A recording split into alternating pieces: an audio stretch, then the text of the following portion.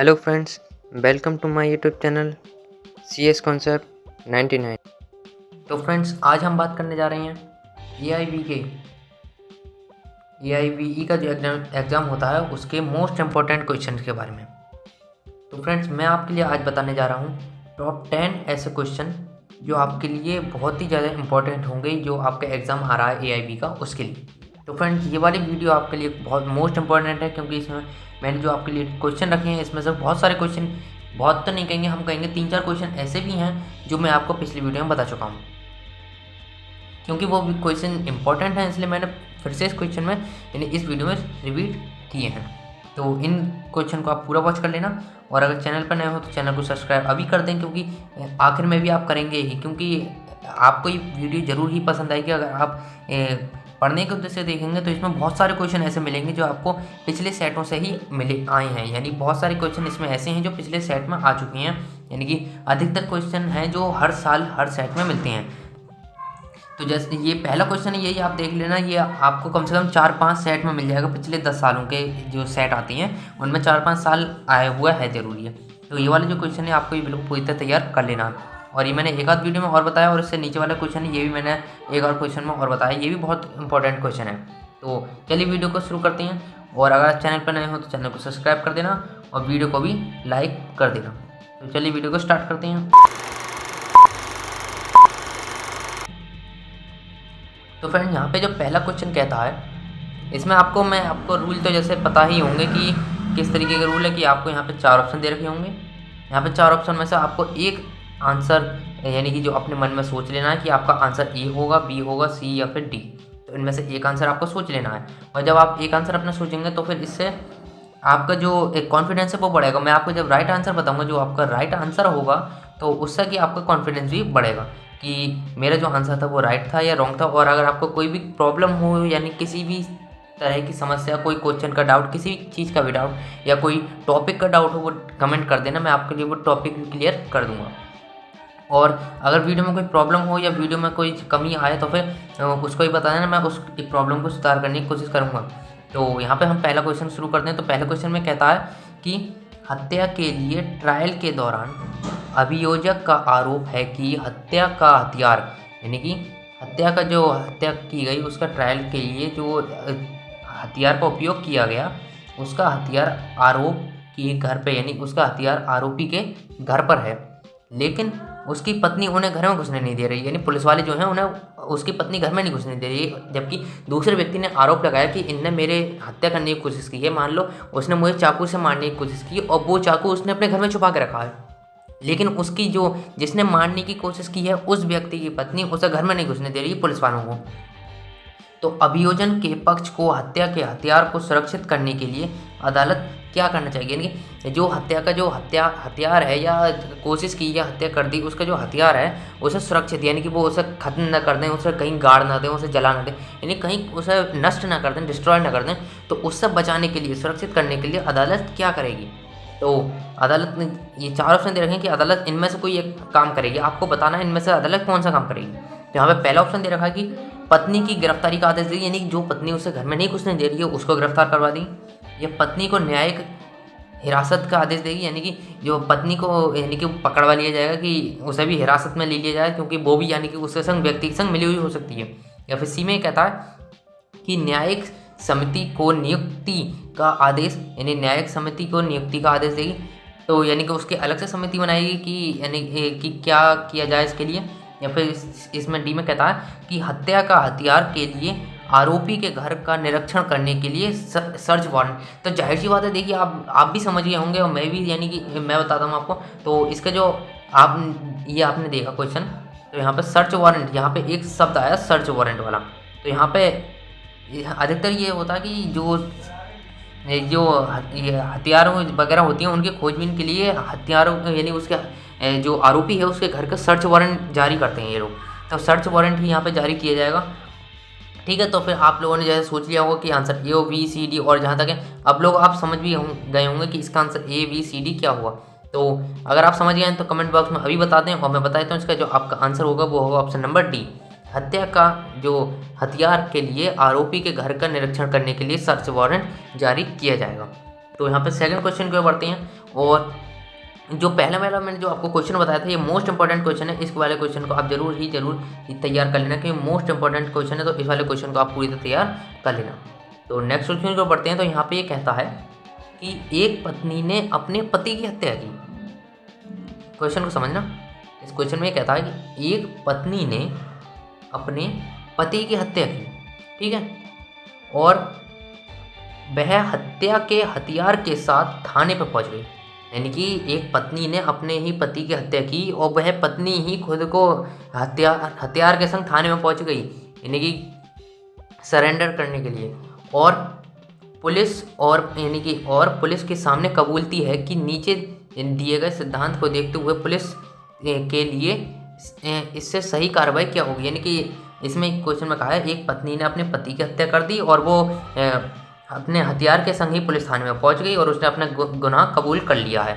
तो फिर अब जो पुलिस है वो किस नीचे दिया गया सिद्धांत है, नीचे ये 4 सिद्धांत दिए गए हैं, तो इनमें से इन निम्न में से किसके अंतर्गत वो कार्रवाई करेगी।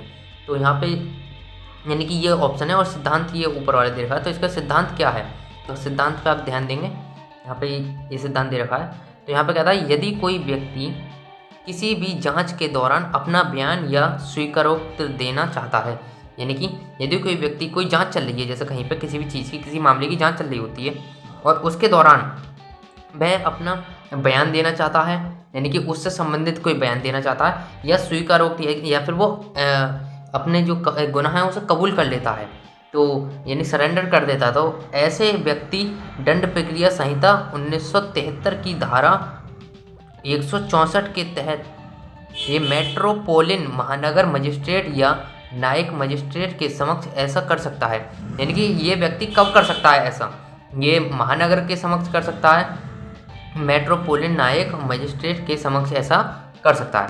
तो यहाँ पे 4 ऑप्शन दे रखी हैं इनमें से कि इसमें से क्या उसके जो क्या चीज़ करेगी, उसके लिए जो पुलिस है वो किसके तहत जांच करेगी। तो यहाँ पे 4 ऑप्शन दे रखे हैं।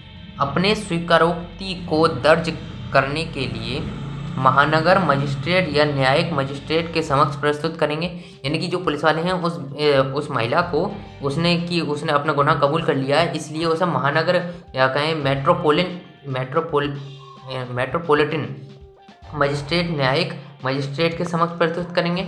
और सेकंड में कहता है रिकॉर्ड ए बयान, यानी उसका जो बयान है उसे रिकॉर्ड किया जाएगा और उस पर साइन कराए जाएंगे, हस्ताक्षर करने के लिए कहा जाएगा, यानी कि एक अलग पन्ने पे लिखा भी जाएगा और उस टेप रिकॉर्डर में से रिकॉर्ड किया जाएगा और उसके बाद में उसके साइन कराए जाएंगे। या अपने स्वीकारोक्ति को दर्ज करने के लिए उच्च न्यायालय के समक्ष प्रस्तुत करेंगे, या हत्या के जो हथियार है उसे आरोपी के घर का निरीक्षण करने के लिए सर्च वारंट जारी करेंगे। तो यहाँ पे ये 4 ऑप्शन दे रखे हैं A B C D, ठीक है। तो आप लोग समझ गए होंगे जिसकी A है, B है, C है। तो इसमें से आप आंसर अपना जो आंसर है उसे सोच के रखना। और मैं आपको बताता हूँ इसका जो राइट आंसर हो जाएगा वो हो जाएगा ऑप्शन नंबर A। मजिस्ट्रेट के समक्ष, जाहिर सी बात है जो मजिस्ट्रेट के समक्ष प्रस्तुत करेंगे पुलिस वाले, क्योंकि जब इसमें ऊपर दे रखा है ये जो सिद्धांत है उसमें कहता है कि मजिस्ट्रेट के समक्ष ही वो अपना ऐसा कर सकता है। ये मजिस्ट्रेट के समक्ष ही अपना जो बयान है और जो जितना भी कार्रवाई है वो मजिस्ट्रेट के समक्ष ही कर सकते हैं। तो इसलिए वो जो पुलिस वाले होंगे वो मजिस्ट्रेट के समक्ष ही उसे प्रस्तुत करेंगे, ठीक है। तो नेक्स्ट क्वेश्चन जो बढ़ते हैं, यहाँ पे हमारा एक क्वेश्चन कहता है, और अगर आप वीडियो को यहाँ तक देख रहे हैं तो वीडियो को एक लाइक कर देना और चैनल पर नए हो तो चैनल को सब्सक्राइब भी कर देना। तो यहाँ पे कहता है एक हत्या के एक गवाह एक पहली सूचना रिपोर्ट फाइल, यानी कि देखो पहली सूचना रिपोर्ट फाइल FIR, ये FIR की फुल फॉर्म है फर्स्ट इंफॉर्मेशन रिपोर्ट फाइल, ठीक है। तो ये आपको ध्यान रखना है इसकी पूछ लेता कभी कभार कि FIR की फुल फॉर्म क्या है। हिंदी में कहें तो पहली सूचना रिपोर्ट फाइल या फिर फर्स्ट इंफॉर्मेशन रिपोर्ट फाइल, ठीक है। तो एक हत्या गवाह एक पहली यानी एक FIR, लेकिन उस समय वह सदमे की स्थिति में था।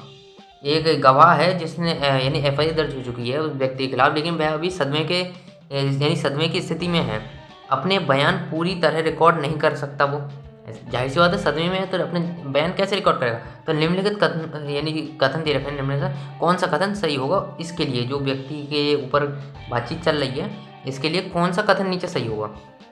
तो यहाँ पे 4 ऑप्शन दे रखे हैं। इसमें पहले में कहता है कि एफआईआर अमान्य है क्योंकि एक सदमे की स्थिति में और इसीलिए असवन मन की, यानी कि वो एफआईआर जो है वो अमान्य है क्योंकि वह सदमे की स्थिति में है और ये अस्वस्थ नहीं है, यानी कि एफआईआर बेकार है, ये खुद ही बनाई गई है।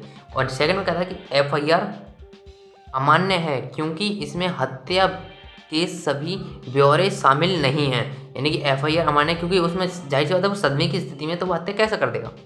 इस तरीके से ये इसमें क्वेश्चन में कहता है। और नेक्स्ट में कहता है कि एफआईआर परीक्षण का एकमात्र आधार नहीं है। एफआईआर जो है वो केवल परीक्षण का एकमात्र आधार नहीं है, एक परीक्षण के दौरान लापता विवरण के साथ अपने बयान रिकॉर्ड कर सकते हैं। तो यानी कि एफआईआर के दौरान क्या होता है, जैसे एफआईआर में क्या हुआ है कि एकमात्र आधार नहीं है कि परीक्षण कर लिया सिर्फ एफआईआर दर्ज हो गई, नहीं। एफआईआर के दौरान जो होता है लापता विवरण, यानी कि जो विवरण होते हैं उन्हें खोजा जाता है, के साथ बयान रिकॉर्ड भी किया जाता है, आखिर कौन कौन वहाँ उपस्थित था, अब बहुत सारी चीज़ें होती हैं, यानी उनका बयान भी रिकॉर्ड किया जाता है। और डी में ये कहता है कि एफआईआर के आधार पर पूछताछ वापस, जो एफआईआर के आधार पर पूछताछ वापस लिया जाना चाहिए और दूसरे एफआईआर तैयार किए जाने चाहिए, कि यानी कि वो जो एफआईआर है उसे वापस ले लो और दूसरी अपनी एफआईआर तैयार करो। तो इसमें से आप एक आंसर सोचना है, तो देखिए ये क्या हो सकता है इसका आंसर, आप एक आंसर सोचना, मैं आपको बताता हूँ इसका जो राइट आंसर हो जाएगा वो कौन सा होगा। तो जाहिर सी बात है आप लोगों ने सोच लिया होगा इसका आंसर क्या है, यानी कि आंसर क्या हो सकता है। तो मैं आपको बताता हूँ इसका जो राइट आंसर हो जाएगा वो हो जाएगा ऑप्शन नंबर सी, यानी एफआईआर परीक्षण का एकमात्र आधार नहीं है, उसके लिए लापता विवरण, यानी कि जो विवरण है उन्हें एकत्रित किया जाता है तथा साथ ही बयान भी रिकॉर्ड किया जाता है। ठीक है। और यहाँ पे हमारा फोर्थ क्वेश्चन में ये कहता है कि निम्नलिखित कथनों में से कौन सा निम्नलिखित कथनों में से कौन सा एजुडेम जेनेरिस के सिद्धांत का सबसे सटीक वर्णन है। ये एक, यानी सिद्धांत का नाम मानो कि सिद्धांत का सबसे सटीक वर्णन निम्न में से किस में है। यहाँ पे ये पूरे सिद्धांत दे रखे हैं, विवरण दे रखा है। तो नंबर ए में कहता है जहाँ पर जटिल वाक्य में एक से अधिक विषय होते हैं और एक से अधिक वस्तुएं हैं, प्रत्येक वस्तु होते हैं और एक से अधिक वस्तुएं हैं, प्रत्येक वस्तुओं को उसके उपरोक्त विषय पर लागू करके ये वितरणात्मक रूप से पढ़ा जाना चाहिए। और बी में ये कहता है कि यदि कोई अपबंध में कई मामलों को शामिल किया गया है लेकिन उनमें से केवल कुछ का उल्लेख है तो इन्हें प्रस्ताव से बाहर रखा जाता है। सी में कहता है एक शब्द या वाक्यांश का अर्थ यह नहीं कि जितना कि यह अकेला खड़ा है बल्कि उसके परिवेश में आलोक में है। और यहाँ पे जो डी में कहता है कि डी में कहता है कि जहाँ एक ही जाति से संबंधित दो या दो से अधिक, यानी दो या अधिक ये मद्दों की सूची सामान्य शब्दों के बाद की जाती है, सामान्य शब्दों का एक वर्ग तक सीमित माना जाता है। तो यहाँ पे 4 ऑप्शन दे रखे हैं, ये थोड़ी घुमाव वाला क्वेश्चन आती हैं इस टाइप के, तो ये वाला क्वेश्चन आपको पूरी तरह जरूर ही याद रखना है क्योंकि जो क्वेश्चन जितना ज़्यादा घुमाव होता है वो क्वेश्चन उतना ही एग्जाम में पूछा जाता है। और इसका जो राइट आंसर हो जाएगा वो हो जाएगा ऑप्शन नंबर डी। ठीक है, तो इसका जो ऑप्शन नंबर डी है वो पूरी तरह राइट हो जाएगा। तो नेक्स्ट क्वेश्चन को पढ़ते हैं। तो यहाँ पे ये कहता है कि नागरिक प्रक्रिया संहिता किस प्रावधान 1908 में कहा गया है, यानी कि संहिता के किस प्रावधान 1908 में कहा गया है कि एक सेट ऑफ या जवाबी दावे के लिए रक्षा के माध्यम से, यानी रक्षा के माध्यम के अलावा किसी प्रतिवादी के लिखित बयान के बाद कोई सिफारिश नहीं की जाएगी सिवाय न्यायालय की छुट्टी के अलावा, और यानी छुट्टी के अलावा कौन सी, यानी और जैसे शब्दों और सी जैसे शब्दों पर हमेशा टी फिट सोचता है।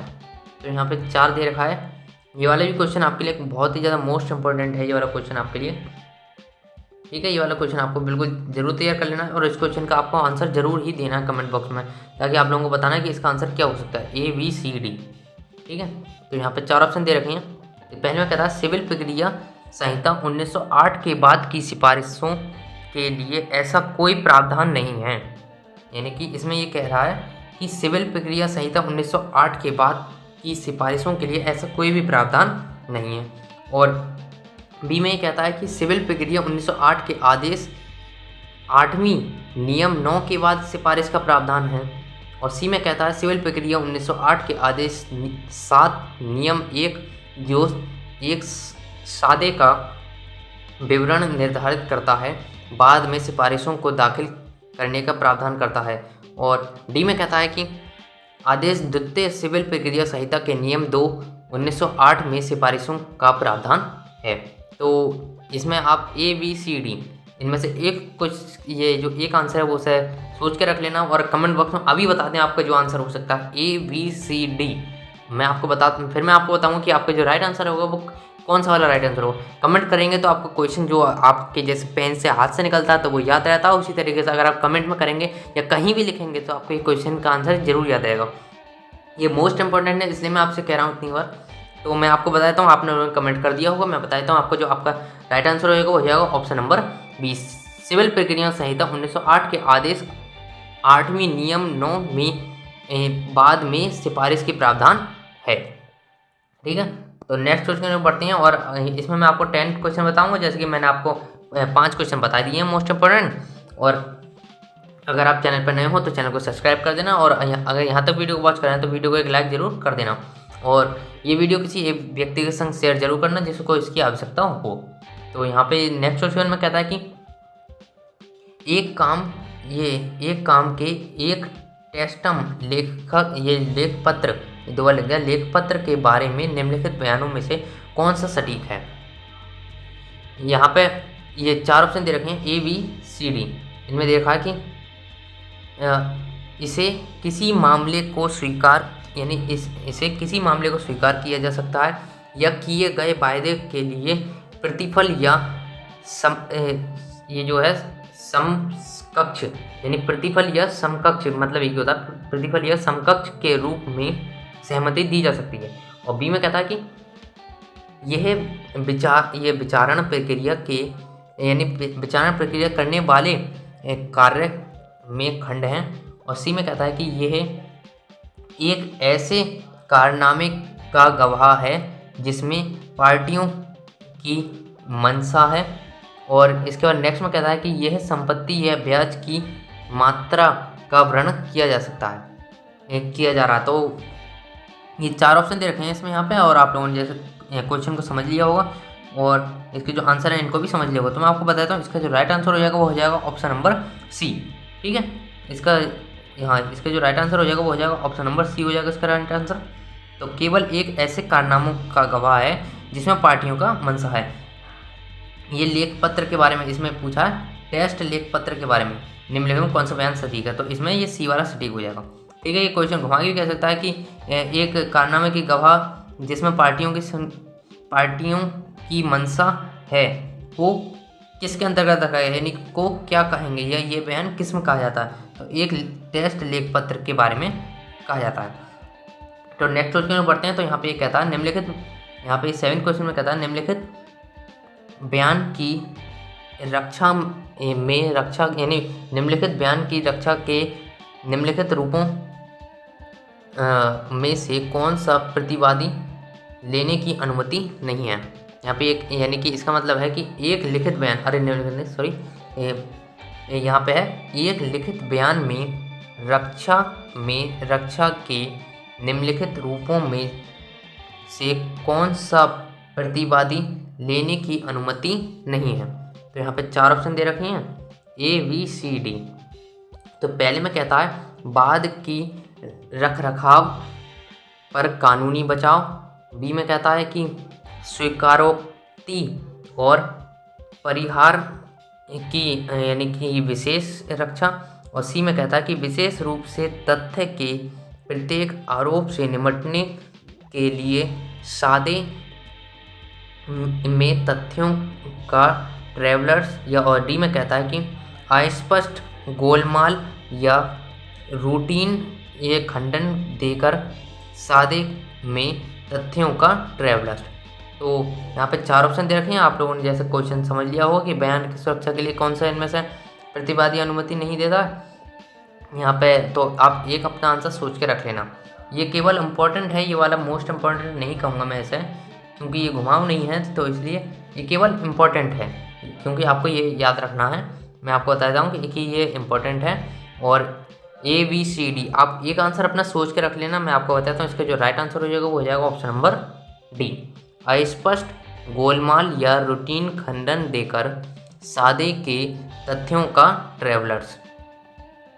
तो अपने 8th क्वेश्चन की ओर चलते हैं। तो इनमें ये कहता है कि निम्नलिखित में से कौन सा बयान साक्ष्य रूप से यानी साक्ष्य के कानून के बारे में सटीक बैठता है। तो यहाँ पे 4 ऑप्शन दे रखे हैं। साक्ष्य का कानून ये प्रतिक्रियात्मक कानून नहीं है बल्कि एक ठोस कानून है। साक्ष्य का कानून आमतौर पर दीवानी और आपराधिक कार्यवाहियों में किसी प्रकार लागू नहीं होता। सी में कहता है कि साक्ष्यों के कानून को संहिताबद्ध नहीं किया जा सकता।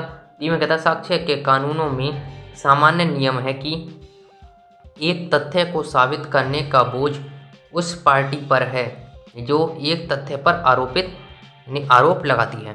तो यहाँ पे 4 ऑप्शन देखें, जैसे कि आप लोगों ने समझ लिया हो क्वेश्चन क्या कहता है, और मैं आपको बताता हूँ इसका जो राइट आंसर हो जाएगा कौन सा हो जाएगा। तो वो आपका राइट आंसर हो जाएगा वो हो जाएगा ऑप्शन नंबर डी।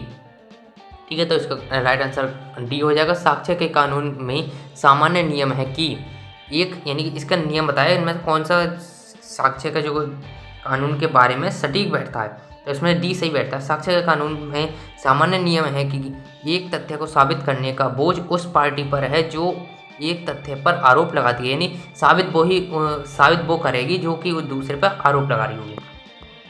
ठीक है, तो यहाँ पे 9th क्वेश्चन की ओर हम बढ़ते हैं। तो 9th क्वेश्चन में क्या कहता है कि 9th क्वेश्चन में कहता है कि निम्नलिखित में से कौन सा मुद्दा यानी कौन सा मुद्दे में एक तथ्य के बारे में सटीक है। इनमें से कौन से मुद्दे में एक तथ्य के बारे में सटीक है। तो यहाँ पे 4 ऑप्शन दे रखे हैं। तो यहाँ पे पहले ऑप्शन में क्या था कि इसमें कोई भी चीज़ शामिल है जो इंद्रियों द्वारा माना जा सकता है और कोई भी मानसिक स्थिति जिसके बारे में कोई भी व्यक्ति सचेत है।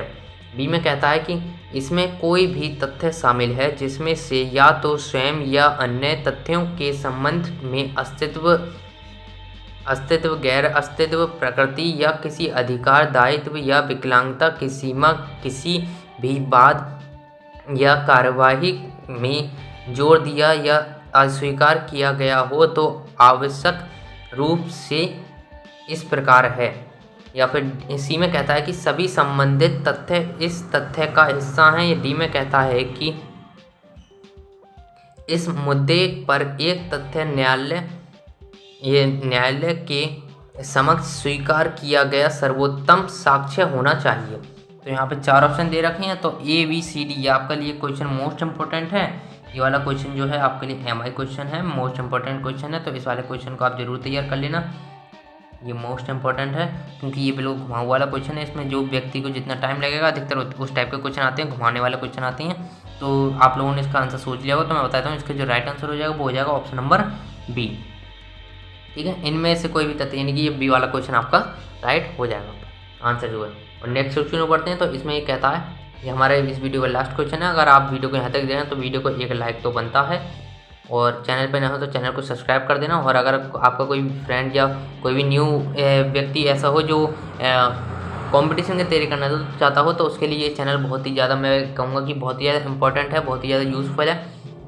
क्योंकि इस चैनल पे आपको आने वाले हर पेपर, हर जो जितने भी सरकारी एग्ज़ाम होंगे, जितने भी प्राइवेट एग्ज़ाम होंगे, उनसे संबंधित जानकारी, उनसे संबंधित मोस्ट इंपॉर्टेंट क्वेश्चन या फिर उनसे संबंधित जो प्रीवियस ईयर के एग्जामिनेशन हो चुके हैं उन सबके आंसर और जो क्वेश्चन है वो हिंदी में प्रोवाइड कराए जाएंगे।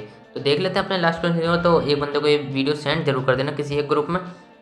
तो इसमें ये कहता है, प्राथमिक और माध्यमिक साक्ष्य के बारे में निम्नलिखित में से कौन सा कम सटीक है। देखिए क्वेश्चन घुमा दिया है कि इसमें कह रही है कम सटीक है। अधिकतर व्यक्ति सोचेंगे कि इसमें ये कहा है कि कौन सा सटीक है, जबकि ये कहा है कि कौन सा कम सटीक है प्राथमिक और माध्यमिक साक्ष्य के बारे में। तो यहाँ पे 4 ऑप्शन दे रखे हैं A B C D, तो इसमें से हमें कम सटीक वाला इसका खोज करनी है। तो यहाँ पे पहले में कहता है दस्तावेजों की विषय वस्तु को प्राथमिक या माध्यमिक साक्ष्यों द्वारा साबित किया जा सकता है। या बी में कहता है कुछ निर्धारित परिस्थितियां हैं जहां दस्तावेज साबित करने के लिए द्वितीय साक्ष्यों का उपयोग किया जाता है। सी में कहता है प्राथमिक साक्ष्य प्रश्न में तथ्यों की सबसे बड़ी निश्चितता प्रदान करते हैं। डी में कहता है कि धारा 63 के मध्य धारा 63 माध्यमिक साक्ष्यों की एक संपूर्ण परिभाषा प्रदान करती है। तो मैं आप इसका राइट आंसर बता देता हूँ आपको, लेकिन उससे पहले मैं बता दूं कि आपको ये वीडियो को रिवीजन के तौर पे ज़रूर देखना चाहिए। कि मेरी सलाह तो ये है कि पिछली वीडियो में मैंने आपको रिवीजन बताया था, तो उस वीडियो से बहुत लोगों के लिए समझ में आया था, उन्होंने बताया था कि मेरे समझ में आया है, क्योंकि रिवीजन करने से बहुत सारी चीज़ें हमें क्लियर हो जाती हैं और क्वेश्चन है आंसर हमें डायरेक्ट पूरी याद हो जाते हैं। तो यहाँ पे मैं आपको बताता हूँ इसका जो राइट आंसर हो जाएगा वो हो जाएगा ऑप्शन नंबर डी। तो मैं लेकिन हाँ मैं एक और चीज़ बता दूँ, इसका जो आंसर है उसमें से एक क्वेश्चन भी बन सकता है। तो उसमें से कैसे क्वेश्चन बनेगा, जैसे इसमें है धारा 63 माध्यमिक साक्ष्य की एक संपूर्ण परिभाषा प्रदान करती है। तो जैसे ये क्वेश्चन तो बना हुआ है प्राथमिक साक्ष्य की कौन सा कम सटीक है, ठीक है, ये यानी सटीक कम है ये कि धारा 63 माध्यमिक साक्ष्यों की यानी कौन सी धारा माध्यमिक साक्ष्यों की यानी कि एक संपूर्ण परिभाषा प्रदान करने में कम सटीक है, यानी कि कम प्रदान करती। तो इसमें धारा आएगी धारा 63, ठीक है। तो इस तरीके से आपका जो क्वेश्चन है यहाँ पे पूरे होते हैं। और मैं आपको बताता हूँ कि इस चैनल पे आपको सारी इसे मोस्ट इंपॉर्टेंट टॉपिक्स जो हैं, मोस्ट इंपॉर्टेंट वीडियोस वगैरह ये सब प्रोवाइड कराई जाएंगे। और अगर आपका कोई फ्रेंड वगैरह हो जो कि तैयारी करना चाहता हो तो उसके लिए ये जो वीडियो है चैनल लिंक है ये शेयर जरूर कर देना। और चैनल पे ना हो तो चैनल को आप जाते जाते एक लाइक तो जरूर कर देना। और आपने एक कमेंट तो अभी तक कर ही दिया होगा, कमेंट नहीं किया होगा तो कोई एक कमेंट तो जरूर करना है, ताकि आप रिवीजन करते समय आपको कमेंट करके करेंगे तो आपको बहुत ही जल्दी याद हो जाएगा। तो एक लाइक और एक कमेंट और एक शेयर जरूर कर देना। और चैनल पर नहीं हो तो चैनल को सब्सक्राइब करके जाना, क्योंकि आपके जितने भी आगे के जो पेपर आएंगे वो सबसे पहले इस चैनल पे आपको मिलेंगे और उसके बाद में आपको और चैनल पे मिलेंगे। तो इसलिए हमारे चैनल से जुड़े रहें, ये आपका ही चैनल है, इसे सब्सक्राइब करके जरूर जाना। तब तक के लिए जय हिंद, जय भारत।